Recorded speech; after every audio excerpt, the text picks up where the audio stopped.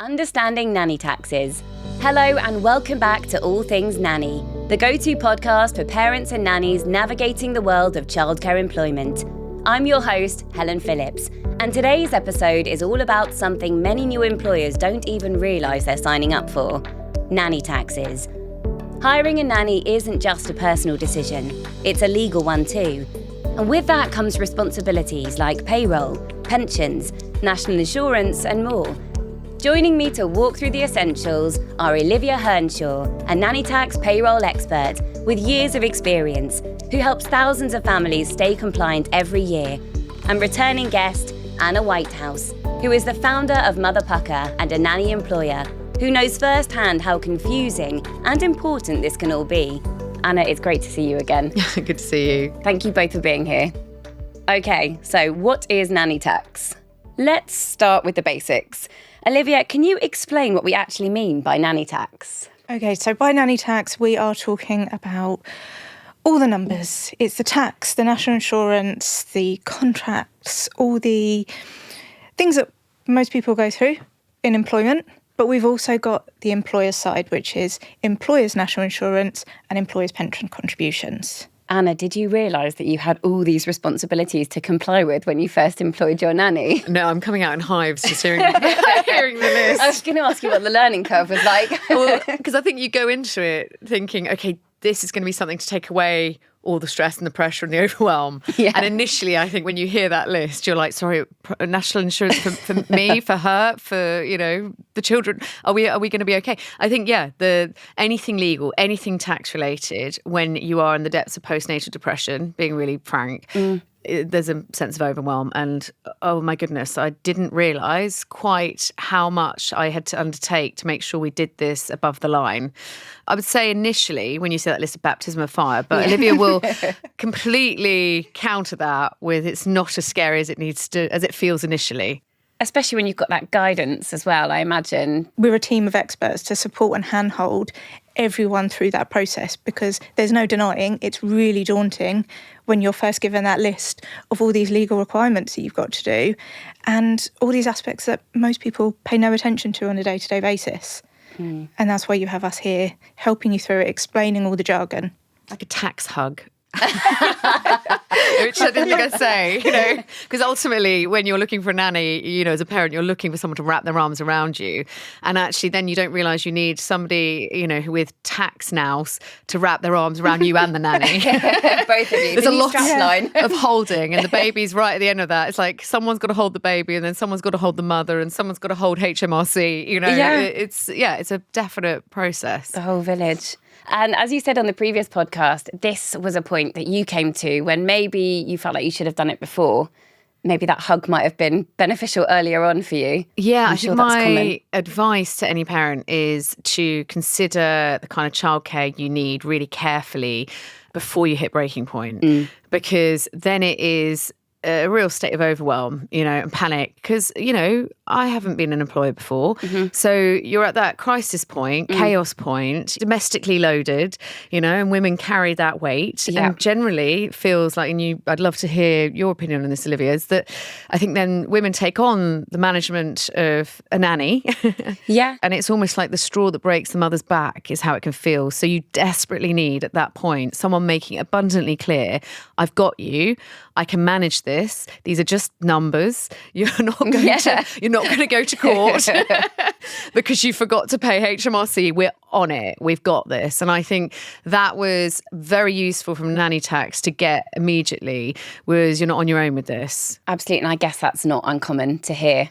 Not at all. And we say you can come to us even before you found your employee, just to get those understandings. We've got the knowledge, and we really will handhold you through that process. We'll take on helping you through the administration, having those conversations with your nanny, agreeing salaries, working out your total costs, because that is a big thing that people forget about, that it's not just a salary. There are other costs involved, and that can then catch people out. We will then also do all the tricky bits. We'll cover the maths. We'll tell you what you need to pay to your employee. We'll tell you what you need to pay to HMRC. We do all the bits in the background of getting everything compliant to HMRC on time. So all you have to worry about is getting on with your day-to-day life as a busy mum. I imagine we do the rest. Music to your ears when you are. I think when you take on a nanny, you don't realise the I's that need to be dotted, the T's that need to be crossed, and that you're not on your own with it. But also, like you said, the added expenses, the extras. You can see a salary that you need to pay, and then suddenly, that can escalate when you don't know everything in the round. And that, I think, was a huge shift for me, was knowing exactly where and when, how much. You're not just employing a big sister for your kids, which is, I think, kind of naively what I went into it thinking, like, I just need an extra pair of hands. Yeah, there is a little bit of hand holding that needs to happen, definitely from an organisation like Nannytax. I can totally understand that, and I'm sure a lot of parents can as well. Absolutely. And don't be afraid of asking for that help. I think that's the big thing. You feel a bit like, well, I'm 44 years old. Surely I should be able to do this. Surely I can do this. It's not worth it. That's all I'm going to say. It is not worth cobbling together amongst all of the needs of your children, coming magically overnight an employer. Like, it's not worth the risk. And I guess there's no harm phoning up, getting the information, and then being able to have all the facts in front of you to make an informed decision about what the right step is for you, for your family. Olivia, what are the risks of not knowing this stuff? Well, apart from feeling probably very lost and overwhelmed, you've then got the risks of you're not going to be compliant. So there are certain things that you have to do to remain compliant. So you've got to offer that pension. You've got to be paying taxes, national insurance. You've got to be doing your employer's side of the national insurance and the pension contributions. It's also a lot about timings. You have to submit certain information to HMRC by certain deadlines. Otherwise, you're going to get late fines.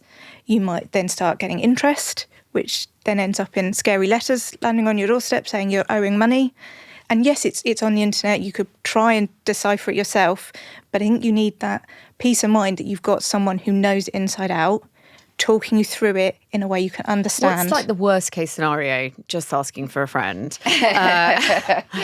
What's the worst case scenario of somebody taking this on in a position I was in with 5 children, just needing the help and going, I'll do that later? Where can it actually escalate to other than just fines?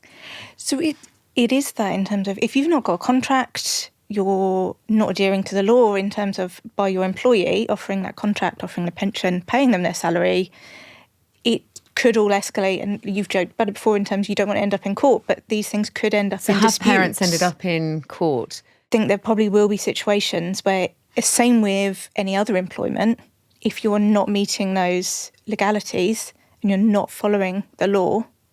How do they find out? So what's the process? Asking for a friend. Asking for another friend who's not with Nannytax. So again, how they get found out, I couldn't tell you for certain, but you've got HMRC if they're going to be completing audits, but also if your employee speaks out and goes down those avenues of actually I'm not being given a contract or I've not got a pension, I'm not paid above minimum wage, they could also be speaking out and they could go to the worst case scenario is, I'm not trying to scaremonger here, but I think genuinely it is important to recognise how far it can go, because I think sometimes you feel, especially I own a business, I employ a nanny now, and I feel like I have an accountant, obviously, for my business, and that's taken a lot of relief away. But I'm very clear with my accountant, like, how far can this go if I did this on my own and I hadn't paid these things? He's like, yeah, you could end up in court, huge fines, etc. It's not a small thing, right? It really isn't. So just looking at national minimum wage, if you're not adhering to national minimum wage, you could have huge fines coming your way. And again, your employee could just speak to HMRC and sort of whistleblow to say, well, I'm not being paid the correct amount. It's not ethical to, So we don't go down that route. No, we don't go down that There's route. 2 doors. But it is okay if through it all you've got a lot going on, busy schedules, you're dealing with a lot. It's okay if you've been a bit slow or a bit late to get things set up. So if actually you got to the crux of it, if you just had to get yourself a nanny, you started paying them, you're starting to have that headspace again to realise, oh, I'm not actually doing this by the books. Now I need to get it all in line. So there's some leniency. You can then come to us and we can do things retrospectively.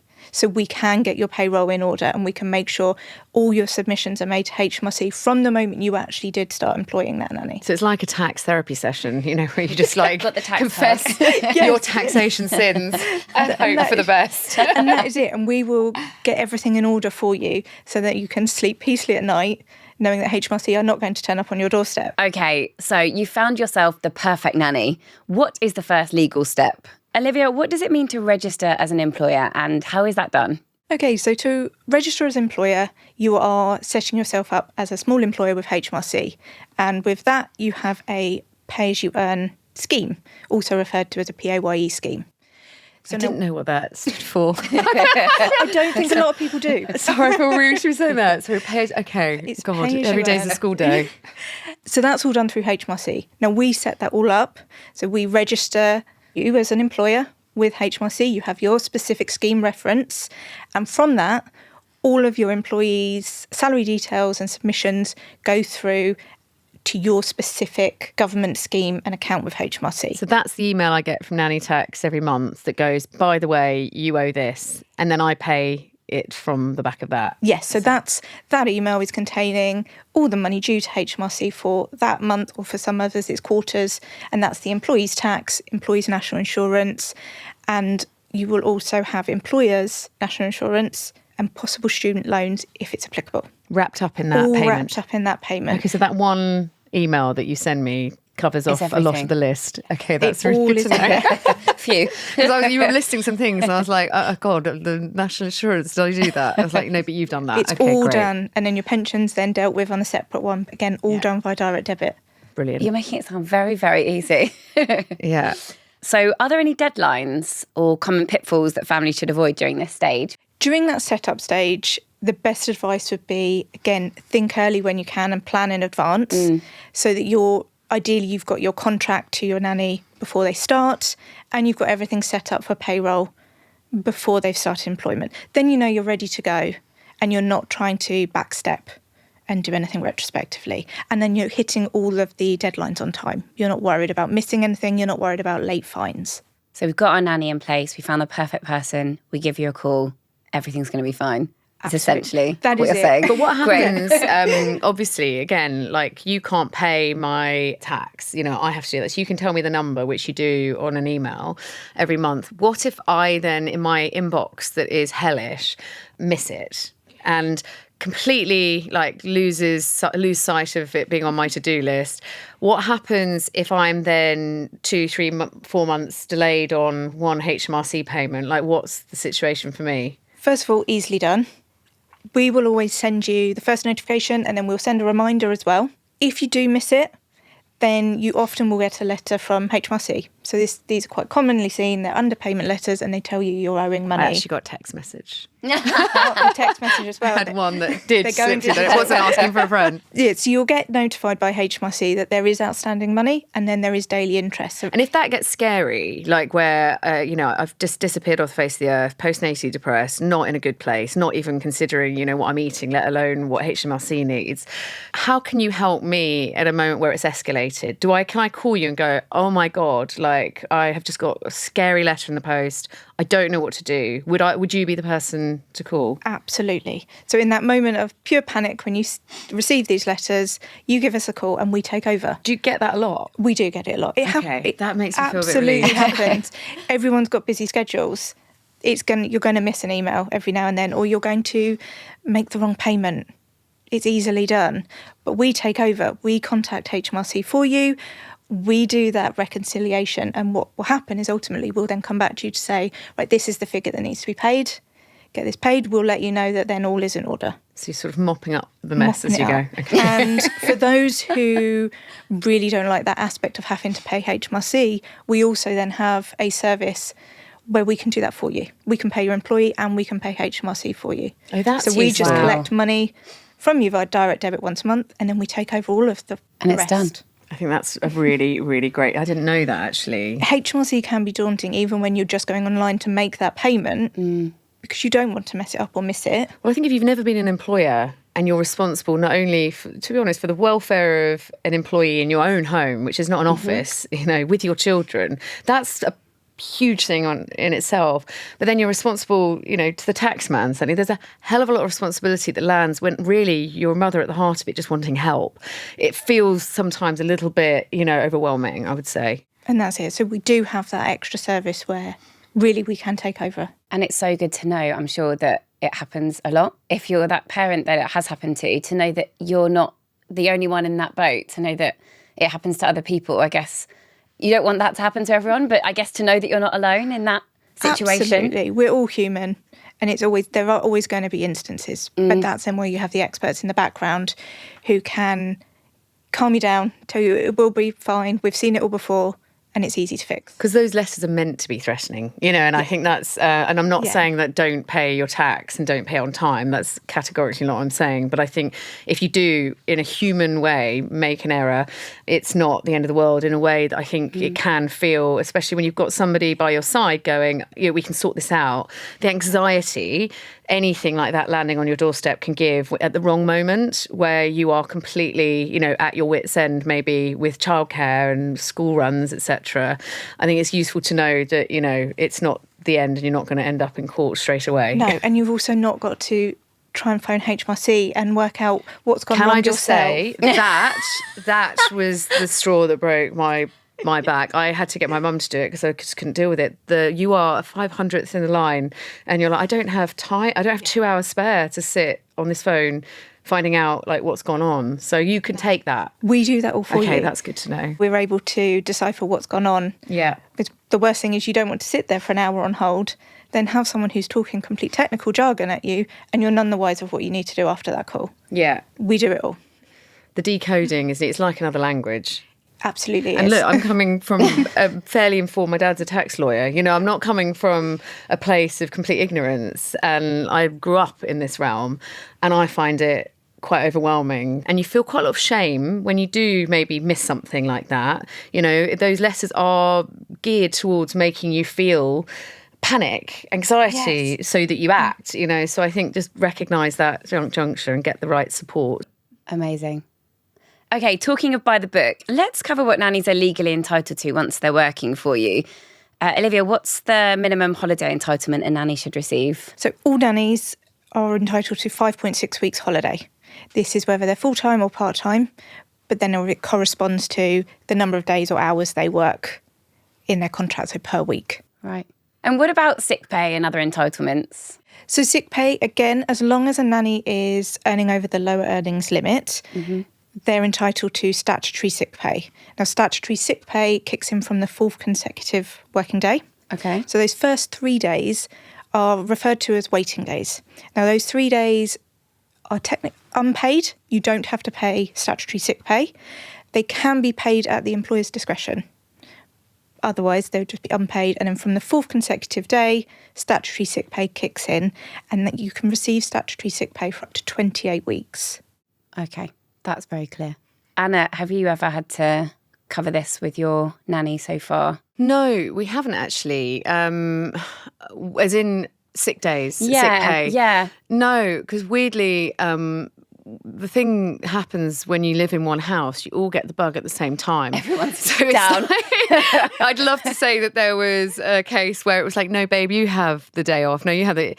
We were all down at the same time, nursery bugs, all of that. It was a real, let's just say, experience at times. But what I come back to, and I don't know, again, this would be interesting to know from you, Olivia, the way I would always play it and we would do it is that if I was holding the babies for like 6 hours and wasn't very well and Bella had a rest, we would tag team in and out. But also, if she'd held the kids while I was unwell for one day and she'd done overtime, we'd make sure then the next week that she had 3 or 4 hours extra off, etc. So I don't know if that answers your question. It was a bit of a jigsaw puzzle. And I wonder if there's a lot of other parents kind of just having to sort of suck it and see in that sense. Are you legally allowed to do that? Just like rejig your working hours that have been agreed? Absolutely. There's always flexibility between employer and employee to rejig. I think when it comes down to the more formal sickness, when an employee is calling in, usually it's in the contract at what time they need to let their employer know they're not going to be able to turn up for work.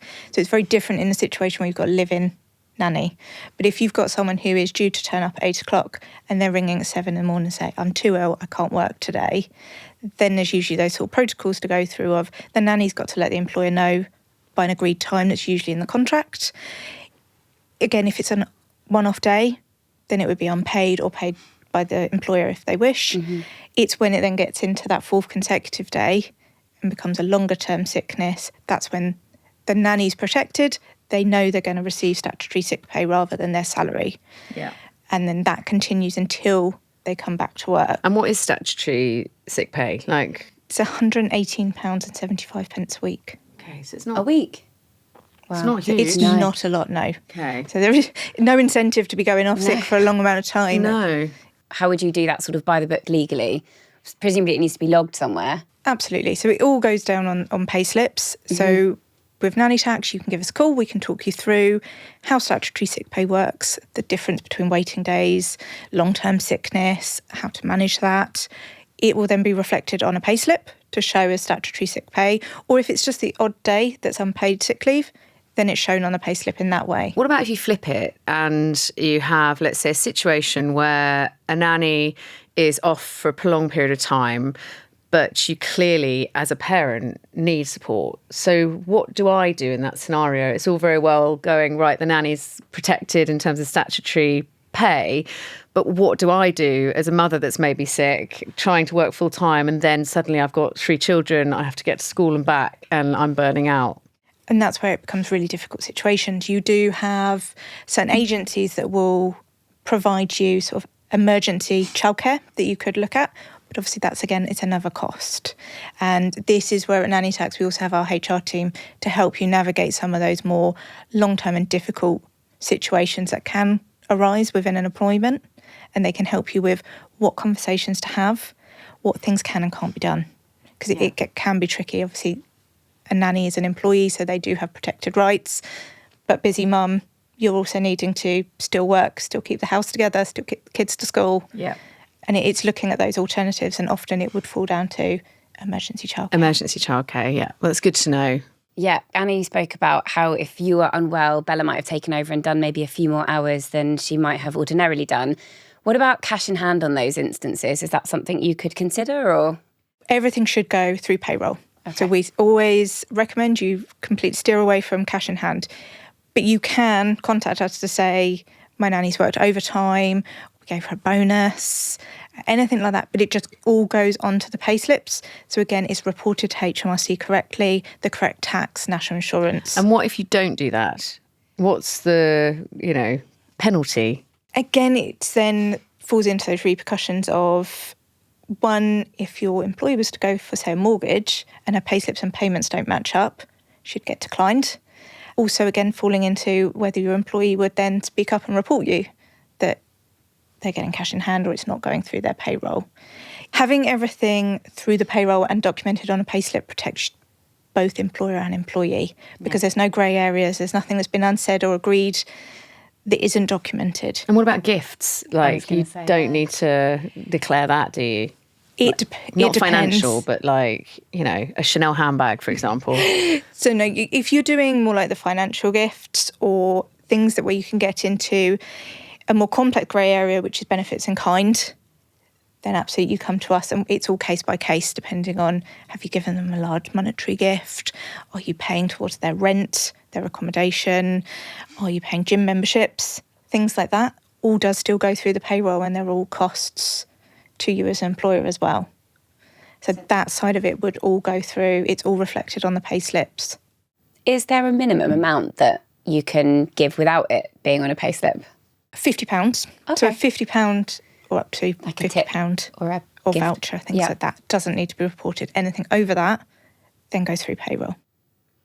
What about, so I pay my nanny expenses through my bank account. So, for example, she's just gone to get some new nappies for my daughter. And so I'm paying her because I would have paid for that, if that makes sense. Yeah. So how does that fit? So again, all goes on the pay slip. But with things like expenses, tax and NI then isn't applicable. But it goes on the pay slip because, again, you've got it all documented. So at no point is there a conversation between employer and employee, you haven't paid me this. It's all there. You're never left with, oh, you told me you were going to give me back that money. Yeah. You haven't done. So just for clarity and transparency. Absolutely. It gives you that professional relationship. I think that transparency is key, especially in a household that maybe where there's lots going on. I'm sure things like that can easily get forgotten about, unintentionally. No one's meant to, but it just happens. So I guess if it's all done by the book, if it's all through payroll, if it's all there, then that won't happen. Yeah, there's no room for dispute. Everyone. Amazing. You've got a history of it all as well. Yeah, and the legal help as well. It's great to know that there's legal support there as well. If you need to end a contract, make a nanny redundant for whatever it is that might crop up, to know that you've got someone's back there as well, or families Absolutely. Have that support. Absolutely. And navigating maternity leave. If your nanny goes on maternity leave, you've got a whole process there, and they're very protected through that process. You've got a whole team who know employment law inside out and can walk you through that as well. Why do they make it so complicated? Is that a stupid question? It's just because it feels, I'm sorry if I'm sounding a bit basic, but it feels like such a simple exchange, and it just feels there's so many potholes that you can fall down at any one place, even if there's not huge court, issued warnings, or there's not huge fines. It just feels almost like it's a bit set up for administrative overwhelm.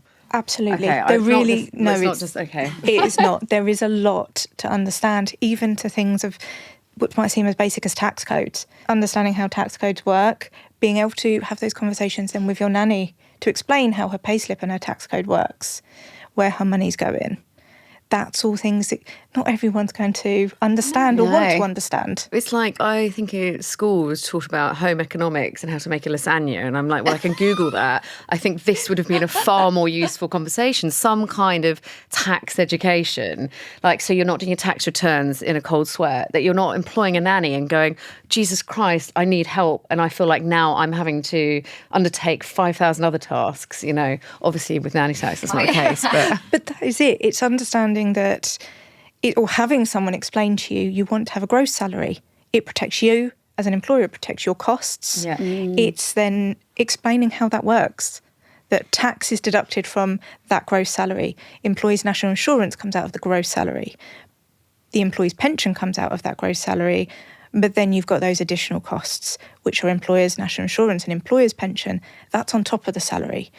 Having employers' liability insurance, that is on top of what you've agreed as a salary. So it's all these little bits that you just need someone to lay it all out for you. And I think you have to be very, very clued up and very informed before you consider taking on a nanny, because I think people go into it naively on a financial level. We heard on the other episode, so many parents just drop out because suddenly they're hit with all the expenses. Yeah. And actually you need to have a full understanding, I think, of what it is. And it's not to scare people off, because it's been the best thing I've ever done for me, my family, but also, for our financial health. Yeah. It's certainly not been this extravagant thing, because we've got 5 children. But I think just some a full understanding of what that undertaking is, which I got from Nanny Tax definitely, was this is kind of what you want, a final number. This is what you're going to have to pay. Okay. And how much would a service like this typically cost? I feel like we know the value, we've spoken about that, but in terms of numbers, how much would this cost? So our monthly subscriptions start at £276 for the year.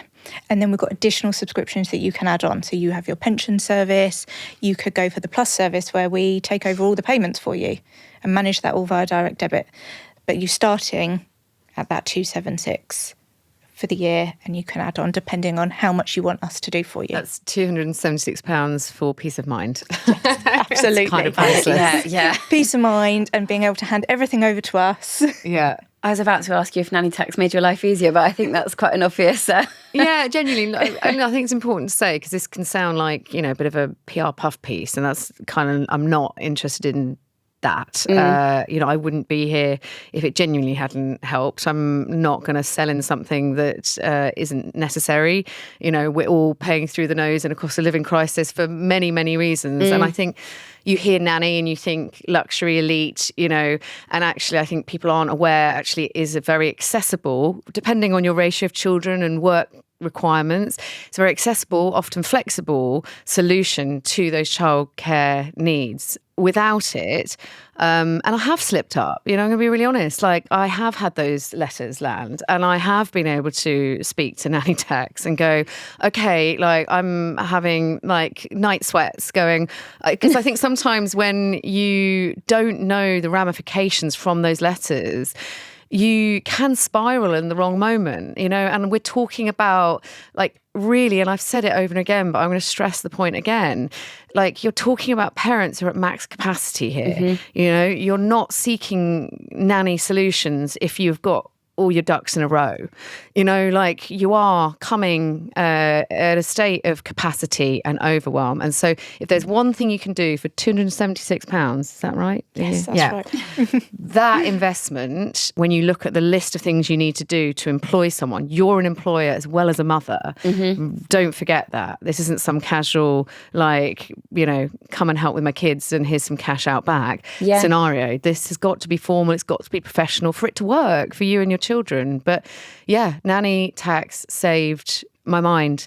And I say that in the backdrop of a newborn baby, a divorce, found a new partner in that time, a lot of tumult for my children, me, relocation, all these very human things that are happening right now in 2025, every day. Yeah. Not only did I have the right nanny holding me, but I had the right agency holding her and me. And that is priceless. Yeah, all that support. Thank you so much. That was really brilliant. It was great to hear your insights. Thank you both so much. I'm just going to go and meet my nanny now, who's been holding the baby while we talk. Oh, amazing. It was great chatting to you both. Thank you. Thank you.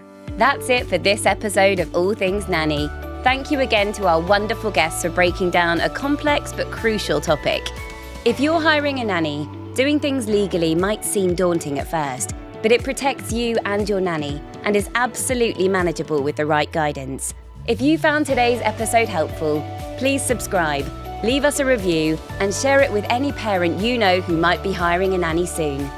Until next time, I'm Helen Phillips, and this has been All Things Nanny. Thanks for listening.